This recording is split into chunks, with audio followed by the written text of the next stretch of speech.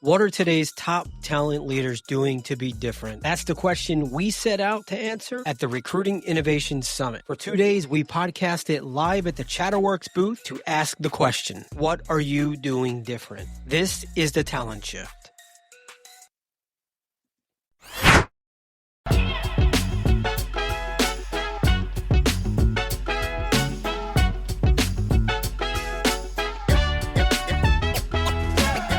Hey, it's William Tencup and Ryan Leary and Joel. How are you doing? I'm good. Joel Lagee. Do it. It's always like a question mark. I just saw my name. Joel, question mark. Lagee. It's Joel Lagee. Have you ever heard of Algae? That was my nickname. So for you, Algae, yeah? Algae, yeah. Joel Algae. Uh, I can see that. yeah. Yeah. I mean, it I makes love how sense. he sensed the hesitation. No, there's no. And he's like, I'm going to help you out, homie. No. I do that with everybody. Actually, I only introduce their first names. Go. He usually calls him the wrong name. Well, sometimes you have. I have. You have called people the wrong name. 100%. And they didn't even correct you. No. That's no. when you know you made it, though. When They people just don't correct you. I'm just going to go with Lydia.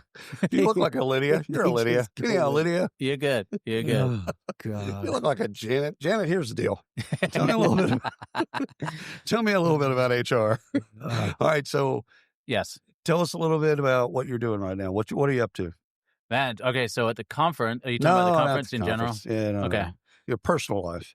Man, it's always hard to explain to people. So I do some media, some Yep. branding, Yep. kind of similar to you guys, more probably on the social media side. And you do it well. Thank you. Appreciate that. You do? So a lot of content, and then I do some search as well. So I do right now some construction search, but looking to get cool. into some executive search. So Construction. yeah, there'll be a big announcement soon. Though, going to be transitioning into executive search. Oh, and, that's cool. Yeah, and it just makes sense because when I've been going to more live events, I've noticed I'm able to get conversations with people, and I just enjoy interacting with leaders. Yeah. But I don't have anything to offer them. So whenever they go, well, what do you do? Then I go into some spiel about social Something media. tactical. Yeah. You lost them at And that. they're Yeah. like, oh, I can't help you anyway. So I just want to be like, They pat you on the head. Or what yeah, was- like, good, Attaboy. good. Like, you're so he's happy. a TikTok guy. Do you, It's me. do you ride the bike without the Not yet. yeah. I'm working. The training wheels? You Great. still got the training wheels on? Yeah. So but that's going to be fun. And, Oh, and excited. then looking to just get into, just I what I've realized is I'm really in the loop now of what different companies are doing within our space. Right. And honestly, it's like I come to a lot of events and I realize that most leaders, most people who are doing the work day in and day out, they're just so focused in their day. And now I start to see like, all right, not everyone's on top of what's going on with Right. technology and AI. And it's really eye-opening. So I'm sure you guys see it too. Oh, 100%. Yeah. Yeah. Where are the gaps? What are the gaps that you're seeing right now? I just think the biggest thing from the vendor side, and I'll start with the vendor side because I think they kind of need to hear it. They make this assumption that every process is the same. Like recruiting is just a process. Right. They don't understand that Oh, there's that's so interesting. many different intricacies. Oh, Everyone's yeah. doing things differently. Hiring manager by hiring manager, job rec by Exactly. job rec. Mhm. Like, Yeah, it's like you sit down with a hiring manager and at least agency, you're always, what's your process? And you ask that question because there is no universal process. 100%. But a lot of the solutions are trying to address a universal process that doesn't exist. Right.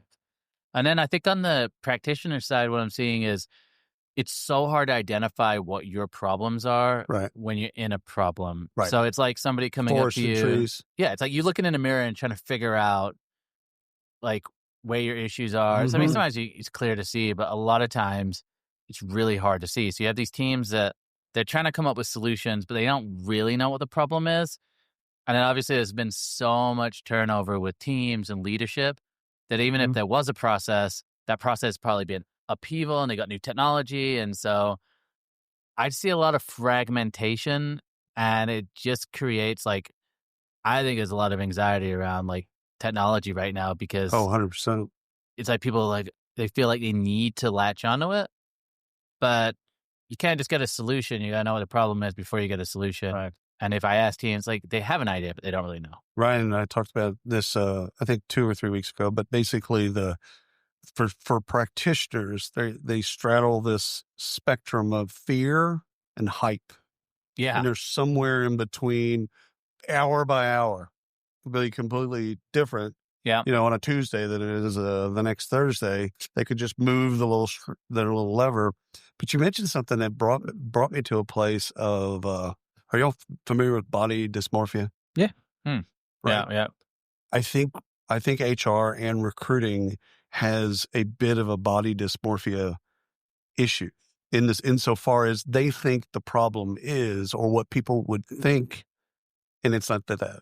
Yeah. Like, okay, What what is the thing when you look in the mirror, you're like, you wish you could change? Yeah.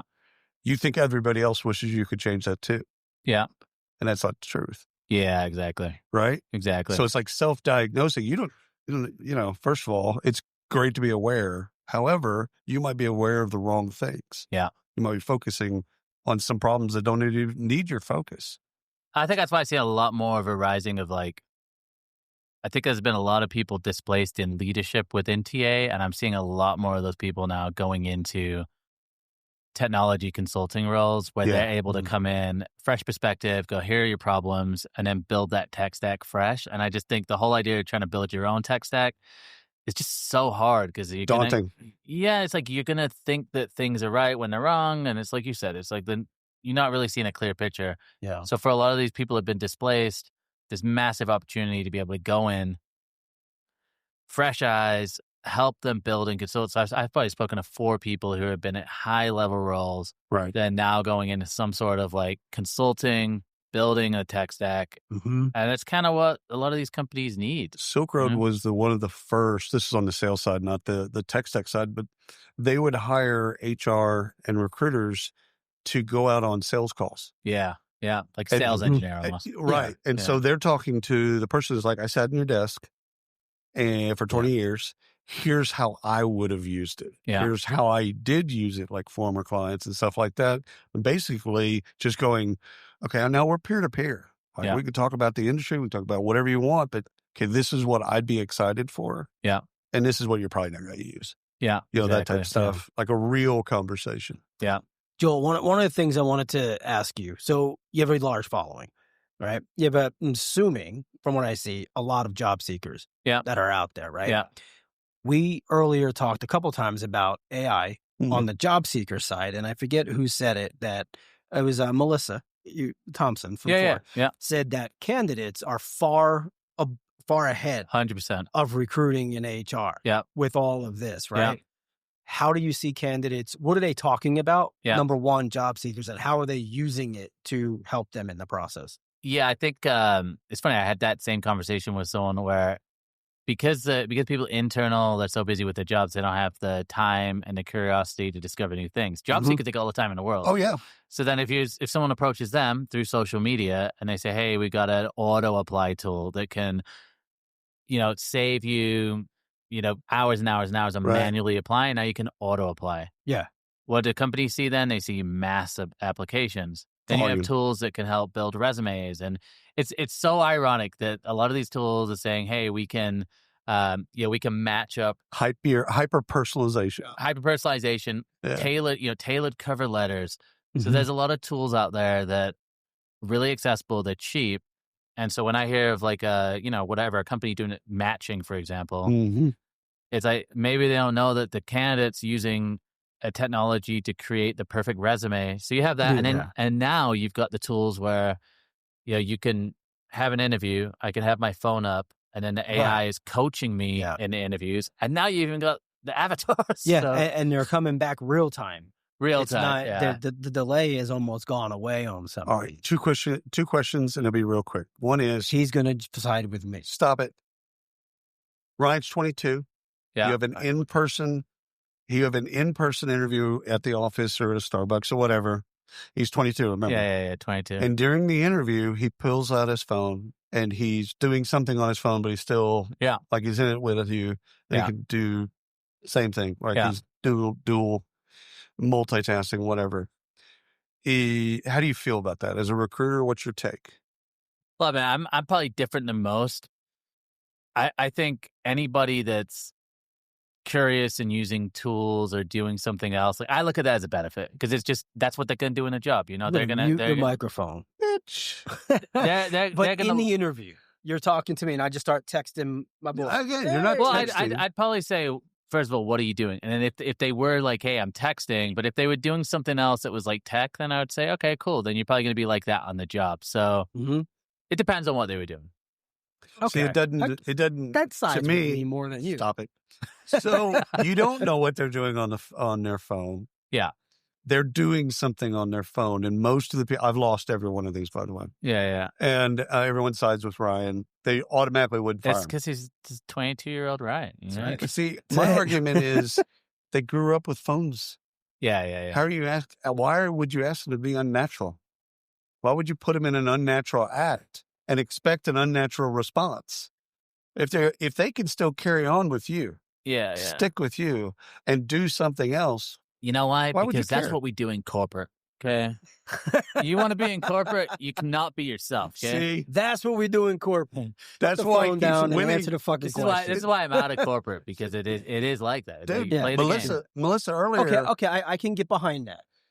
If as a staffing agency, as a agency recruiter, right, I could get behind that. If he's on the phone, I'm like, all right, but it was more informal. I was never formal. Right. As an agency recruiter, I was never formal. I was just myself. Right. Corporate, a little different. Yeah, the expectations are different. But you got to know the corporation you're with. I think one of the biggest things that I've seen is companies who are like, wow, comfortable environment. We love it. Yeah, bring your whole self to work. And then the CEOs on X just like, we got to play hard, sports mentality. It's like, dude, put that on the website. That's the kind of stuff I think about. Filter people out. All right, last question. Yeah. You're at Recruiting Innovation Summit. RIS. I see. I want to put a Z on that. Riz. Like a Riz. You're so Gen Z. I love So my sons will hate that. So what do you expect and what do you hope to get out of this experience? Well, for me, it's always just new connections, deepening relationship. And, for me, like you said, I have a large following online. That's great. Right. But what I found is you can have an infinite string of DMs. Right. Nothing like a 10-minute conversation, 20-minute conversation. 100%. So I try and come in and it's like there's a sense of serendipity where like things are going to happen. I'm going to make connections. But what I'd love to happen is just deepening that relationship with the audience and, just like for me, celebrating recruiting. That's, right. Celebrating the peeps. Drops mic, walks off stage. That's it.